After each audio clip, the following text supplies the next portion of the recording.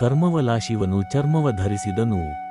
ಹೊಮ್ಮೆರಲೆ ಹಕ್ಕಿಯ ಜನಾದ ಗೋವಿಂದ ಎಮ್ಮೆಯಕಾದ ಸರ್ವಜ್ಞ. ಕರ್ಮದಾಟ ಅಥವಾ ವಿಧಿಯಾಟ ತಪ್ಪಿಸಲಾಗದ ಭವಿಷ್ಯವನ್ನು ಸೂಚಿಸುತ್ತದೆ. ವಿಧಿಯಾಟ ತ್ರಿಮೂರ್ತಿಗಳಾದ ಬ್ರಹ್ಮ ವಿಷ್ಣು ಮಹೇಶ್ವರನನ್ನು ಬಿಡಲಿಲ್ಲವೆಂದು ಇಲ್ಲಿ ಸರ್ವಜ್ಞ ಹೇಳುತ್ತಿದ್ದಾನೆ. ಶಿವನು ವಿಧಿಯಾಟದಿಂದ ಚರ್ಮವನ್ನು ಸತ್ತ ಪ್ರಾಣಿಗಳ ಚರ್ಮ, ಸಾಮಾನ್ಯವಾಗಿ ಆನೆಯ ಚರ್ಮ ಹೊದ್ದುಕೊಳ್ಳಬೇಕಾಯಿತು. ಈ ಘಟನೆಯು ಗಜಾಸುರ ಎಂಬ ಶಕ್ತಿಶಾಲಿ ಅಸುರನ ಕಥೆಗೆ ಸಂಬಂಧಿಸಿದೆ. ಗಜಾಸುರನು ಬ್ರಹ್ಮನಿಂದ ವರಗಳನ್ನು ಪಡೆಯಲು ತೀವ್ರ ತಪಸ್ಸನ್ನು ಆಚರಿಸಿದನು. ವರಬಲದಿಂದ ಅವನು ಅತ್ಯಂತ ಬಲಿಷ್ಠನಾಗಿ ಮೆರೆದನು ಮತ್ತು ದೇವತೆಗಳಿಗೆ ಹಾಗೂ ಋಷಿಮುನಿಗಳಿಗೆ ಉಪಟಳ ನೀಡಲು ಪ್ರಾರಂಭಿಸಿದನು. ಅಸುರನ ಅಟ್ಟಹಾಸ ಮಿತಿಮೀರಿದಾಗ ದೇವತೆಗಳು ಮತ್ತು ಋಷಿಗಳು ಕೈಲಾಸ ಪರ್ವತಕ್ಕೆ ಹೋಗಿ ಶಿವನಲ್ಲಿ ಮೊರೆಯಿಟ್ಟರು. ಭಕ್ತರ ಕಷ್ಟವನ್ನು ಅರಿತ ಶಿವನು ಗಜಾಸುರನೊಂದಿಗೆ ಯುದ್ಧ ಮಾಡಿ ಅವನನ್ನು ಸಂಹರಿಸಿದನು.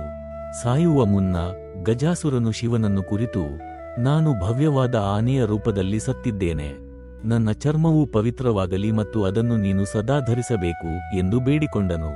ಭಕ್ತನ ಕೊನೆಯ ಆಸೆಯನ್ನು ಈಡೇರಿಸಲು ಒಲಿದ ಶಿವನು ಗಜಾಸುರನ ಚರ್ಮವನ್ನು ಹರಿದು ತನ್ನ ದೇಹದ ಸುತ್ತಲೂ ವಸ್ತ್ರದಂತೆ ಧರಿಸಿದನು. ಅಂದಿನಿಂದ ಶಿವನಿಗೆ ಕೃತ್ತಿವಾಸ, ಚರ್ಮವನ್ನು ಉಟ್ಟವನು ಎಂಬ ಹೆಸರು ಬಂತು. ಇಲ್ಲಿ ವಿಧಿಯ ಪಾತ್ರ ಅಸುರನಿಗೆ ಈ ರೀತಿಯ ಸಾವು ಮತ್ತು ಶಿವನಿಗೆ ಅವನ ಚರ್ಮವನ್ನು ಧರಿಸುವ ಕರ್ಮವಾಯಿತು. ಲೋಕ ಕಲ್ಯಾಣಕ್ಕಾಗಿ ದುಷ್ಟಶಕ್ತಿಯನ್ನು ಸಂಹರಿಸುವುದು ಮತ್ತು ಭಕ್ತನ ಮಾತಿಗೆ ಬೆಲೆ ಕೊಡುವುದು ಶಿವನ ದೈವಿಕ ಕರ್ತವ್ಯ ಅಥವಾ ವಿಧಿಯಾಗಿತ್ತು. ಹೀಗಾಗಿ ಶಿವನು ಅನಿವಾರ್ಯವಾಗಿ ತನ್ನ ಭಕ್ತನ ಹಠದಿಂದ ಮತ್ತು ಲೋಕದ ಹಿತದೃಷ್ಟಿಯಿಂದ ಚರ್ಮಾಂಬಧಾರಿಯಾಗಬೇಕಾಯಿತು.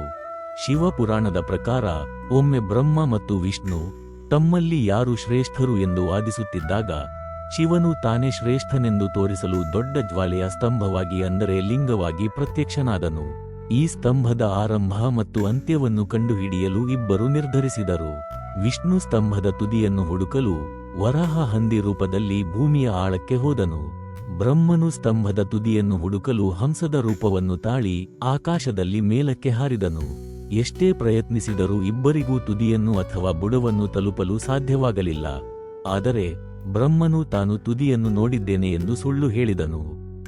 ಈ ಸುಳ್ಳಿನಿಂದ ಕೋಪಗೊಂಡ ಶಿವನು ಬ್ರಹ್ಮನಿಗೆ ಶಾಪ ನೀಡಿದನು.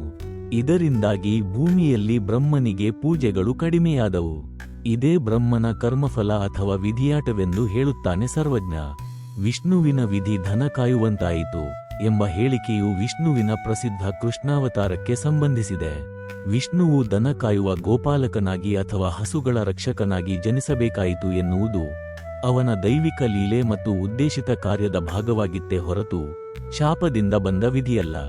ಭೂಮಿಯಲ್ಲಿ ಪಾಪ ಹೆಚ್ಚಿದಾಗ ಮತ್ತು ಕಂಸನಂತಹ ದುಷ್ಟ ರಾಜರ ಅಟ್ಟಹಾಸ ಮಿತಿಮೀರಿದಾಗ ಧರ್ಮವನ್ನು ಪುನಃಸ್ಥಾಪಿಸಲು ವಿಷ್ಣುವು ಅವತಾರ ಎತ್ತುತ್ತಾನೆ.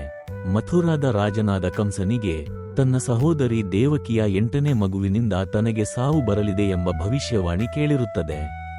ಇದರಿಂದ ಹೆದರಿದ ಕಂಸನು ದೇವಕಿ ಮತ್ತು ವಸುದೇವನನ್ನು ಸೆರೆಮನೆಯಲ್ಲಿಟ್ಟು ಹುಟ್ಟಿದ ಮಕ್ಕಳನ್ನೆಲ್ಲ ಕೊಲ್ಲುತ್ತಾನೆ. ವಿಷ್ಣುವು ಶ್ರೀಕೃಷ್ಣನಾಗಿ ಜನಿಸಿದಾಗ ತಕ್ಷಣವೇ ಪವಾಡ ಸದೃಶವಾಗಿ ಸೆರೆಮನೆಯಿಂದ ತಪ್ಪಿಸಿ ಯಮುನಾ ನದಿಯನ್ನು ದಾಟಿ ಗೋಕುಲದಲ್ಲಿರುವ ನಂದ ಮತ್ತು ಯಶೋದೆ ದಂಪತಿಗಳ ಬಳಿ ಬೆಳೆಯಲು ಕಳುಹಿಸಲಾಗುತ್ತದೆ. ನಂದ ಮಹಾರಾಜನು ಗೋಕುಲದ ಮುಖ್ಯಸ್ಥನಾಗಿದ್ದು ಅಲ್ಲಿನ ಜನರು ದನಕಾಯುವ ವೃತ್ತಿಯಲ್ಲಿದ್ದರು.